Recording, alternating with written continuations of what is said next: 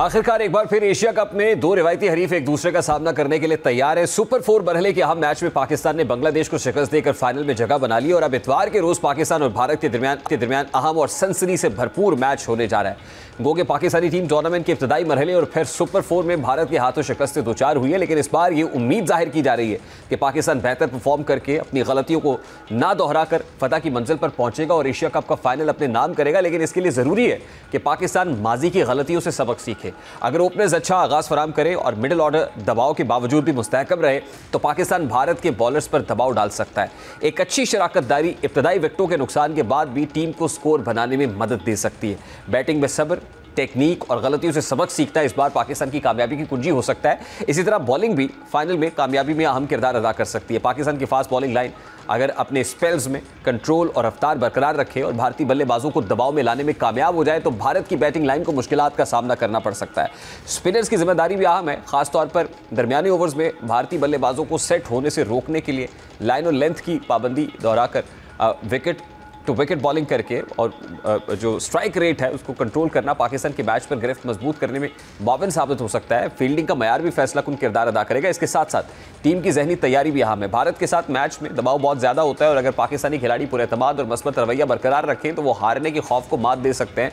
मजमूई तौर पर पाकिस्तान के फाइनल में भारत पर कामयाबी के लिए ज़रूरी है कि वो माजी की गलतियों से सबक सीखे, बैटिंग और बॉलिंग में तवाज़ुन बरकरार रखे, फील्डिंग में जोश दिखाए और जहनी दबाव के बावजूद खुद पर एतमाद रखे। अगर टीम ये सब अवामिल बेहतर अंदाज में अपनाए तो एशिया कप का टाइटल पाकिस्तान के नाम होने के इम्कानात रोशन है और ये तारीखी फतह शायकीन के लिए एक यादगार लम्हा साबित हो सकती है।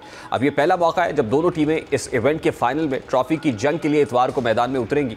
1984 से लेकर 2025 तक इस टूर्नामेंट ने क्रिकेट के लाखों नहीं बल्कि करोड़ों दीवानों को ज़बरदस्त पाक भारत टाकरे देखने का मौका दिया, लेकिन फाइनल में रिवायती हरीफ कभी आमने सामने नहीं आए। लेकिन इस मरतबा अब ऐसा मुमकिन हुआ है। अब देखना यह है कि इस अहम मैच में भारत सिर्फ खेल को खेल ही रहने देता है, फितरती तौर पर एक बार फिर सियासत को घसीटता तो नहीं है, क्योंकि भारत ने इस इवेंट में मजबूती तौर पर यही रवैया रखा है।